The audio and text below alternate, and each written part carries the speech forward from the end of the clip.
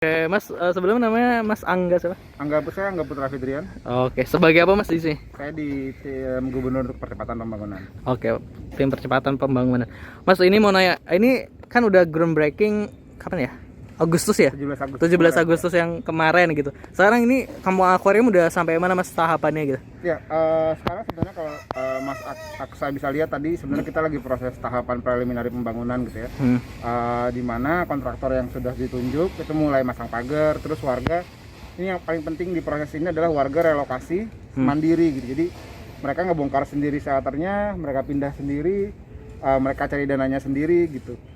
Sebagai bagian dari kerjasama antara kolaborasi antar pemerintah sama warga gitu ya. Karena biasanya kan kalau ada proyek gitu, pemerintah datang, pemerintah yang bongkar, pemerintah yang ngerasa tahu solusinya gitu. Nah, di tahapannya sekarang setelah groundbreaking itu warga ngerasa kita nggak perlu relokasi jauh-jauh, nggak perlu ke rumah susun, kita bisa relokasi ke di dekat situ, di sini gitu, tetap di sini. Mereka kelola sendiri, mereka bongkar sendiri, pasang sendiri, bangun sendiri, dan cari pembiayaan sendiri gitu. Nah, sekarang tinggal tunggu kontraktor mulai masang pagar, lalu habis itu mereka bangun pondasinya, baru mulai pekerjaan utama. Lalu kira-kira plus minus mungkin Agustus atau September tahun depan kita udah lihat bentuk kampung akuarium yang direncanakan. Oke, terus ini konsepnya sendiri bakal seperti apa Mas? Maksudnya kayak kampung susun atau dibikin rumah susun atau seperti apa gitu? Nah, sebenarnya kampung susun, rumah susun, apartemen itu kan sebenarnya satu term yang sama gitu.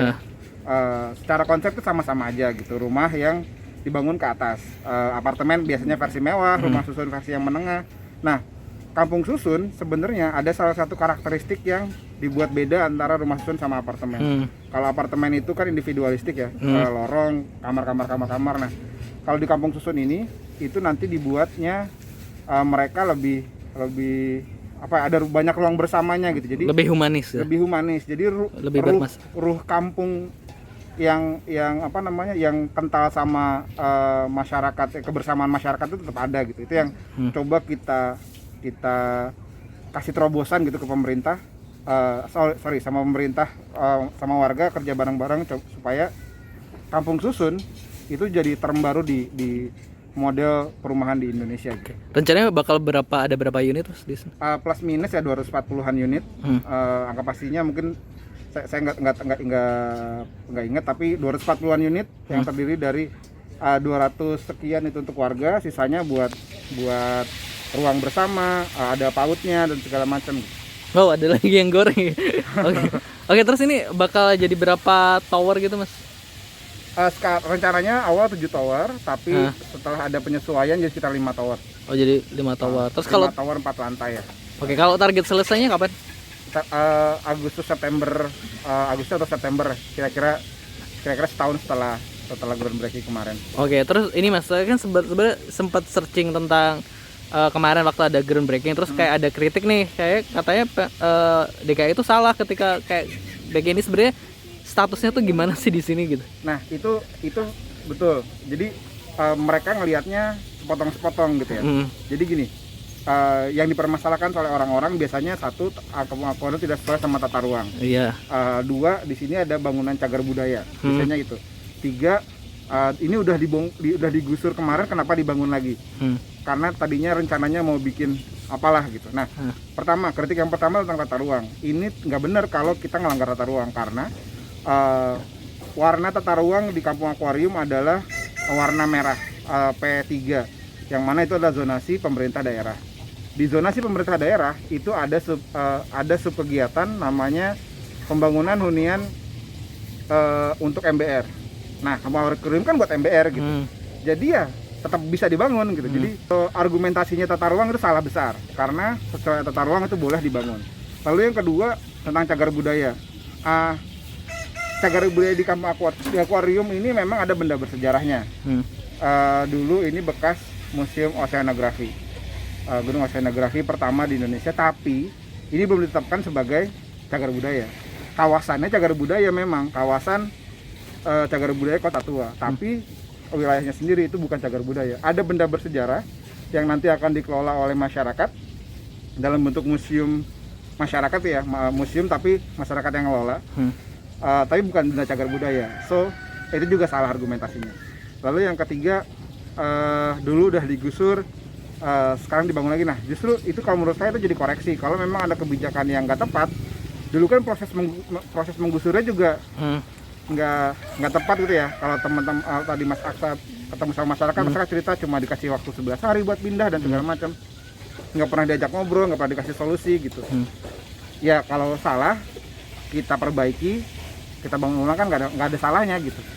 Dan ini jadi hunian yang dikelola masyarakat nantinya, pertama di Indonesia sih kalau menurut saya. Pemerintah yang membangunkan, masyarakat nanti yang mengelola. Harapannya dalam pendekatan pembangunan kampung atau rumah-rumah yang kumuh gitu, ini bisa dijadiin contoh di Indonesia, di Jakarta, di kota-kota lain. Jadi nggak ada lagi tuh berita penggusuran karena kampungnya kumuh. Kan yang dihilangkan kumuhnya bukan kampungnya gitu.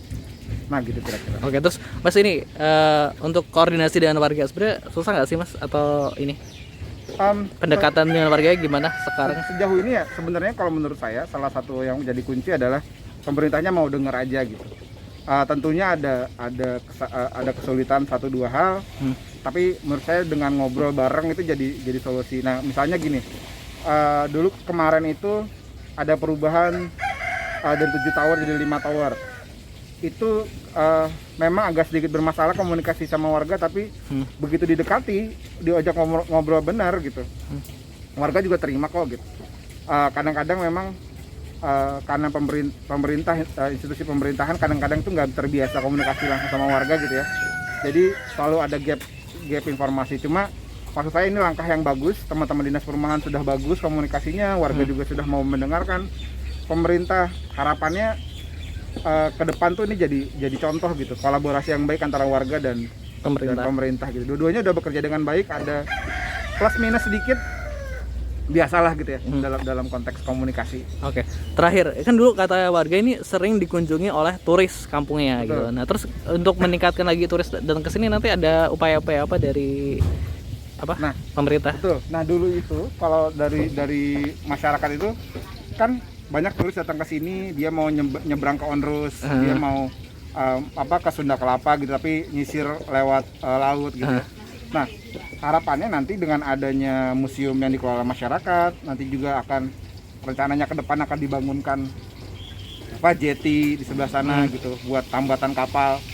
Itu akan ngedorong wisatawan untuk datang lagi. Jadi ibaratnya gini, mereka datang ke Museum Bahari, habis dari Museum Bahari jalan Kampung Akuarium, terus naik kapal masuk ke Pulau Onrus gitu, atau nanti ke Sunda Kelapa. Itu semoga jadi destinasi baru gitu. Cuma kira-kira harapannya akan ke arah sana. Oke. Mas, makasih atas ini obrolannya, semoga programnya sukses, lancar. Terima kasih. Oke.